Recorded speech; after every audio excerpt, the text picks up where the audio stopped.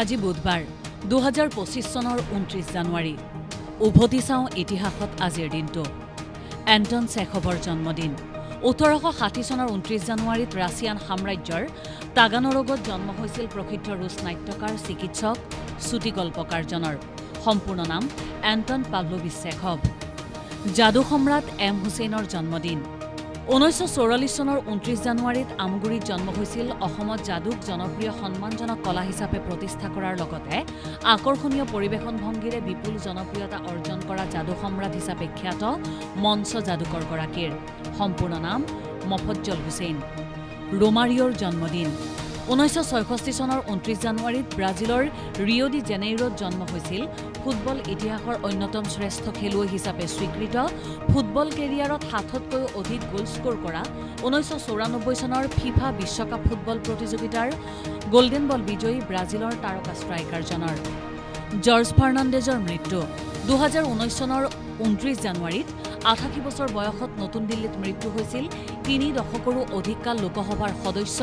আৰু উদ্যোগ ৰেল প্ৰতিৰক্ষা আদি বিভিন্ন বিভাগৰ কেন্দ্ৰীয় মন্ত্ৰী মৰণোত্তৰ পদ্মবিভূষণেৰে সন্মানিত সংগ্ৰামী নেতাগৰাকীৰ অগ্নিকাণ্ডত ধ্বংস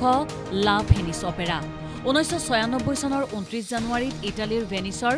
বিশ্ববিখ্যাত অপেৰা হাউচ গ্ৰেণ্ড টিয়েট্ৰ লা ভেনিছত জুই লাগে মেৰামতিৰ বাবে অস্থায়ীভাৱে বন্ধ হৈ থকা অপেৰা হাউচটো অগ্নিকাণ্ডৰ ফলত ভাঙি পৰে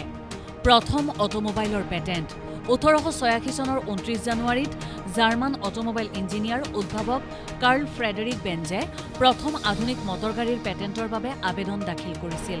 জুলাই মাহত ৰাজপথত দেখা গৈছিল গেছলিন চালিত তিনিচকীয়া Benz patent motor wagon number 1 ice cream cone rolling মেচিনৰ পেটেণ্ট 1924 চনৰ 29 জানুৱাৰীত মাৰ্কিন উদ্ভাৱক ক্লিভলেণ্ডৰ কাৰ্ল আৰ টেইলৰে আইচক্ৰীম কন ৰোলিং মেচিনৰ পেটেণ্ট লাভ কৰে এই মেচিনটোক আইচক্ৰীমৰ বাবে গৰম হৈ থকাৰ সময়তে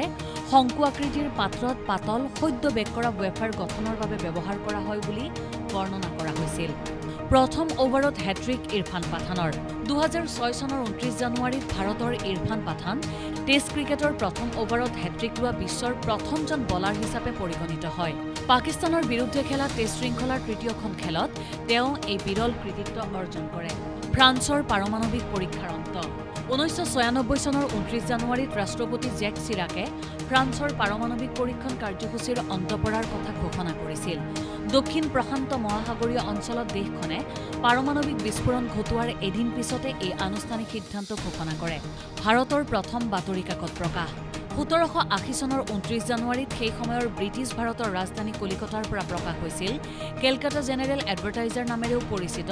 ভাৰতৰ প্ৰথমখন বাতৰি কাকত Hicky's Bengal gadget James অগাষ্টাছ Hicky নামৰ আইৰিছ লোকজন আছিল কাকতখনৰ লেখক সম্পাদক আৰু প্ৰকাশক থেচাৰক ডক্টৰেট প্ৰদানত বাধা অক্সফৰ্ডৰ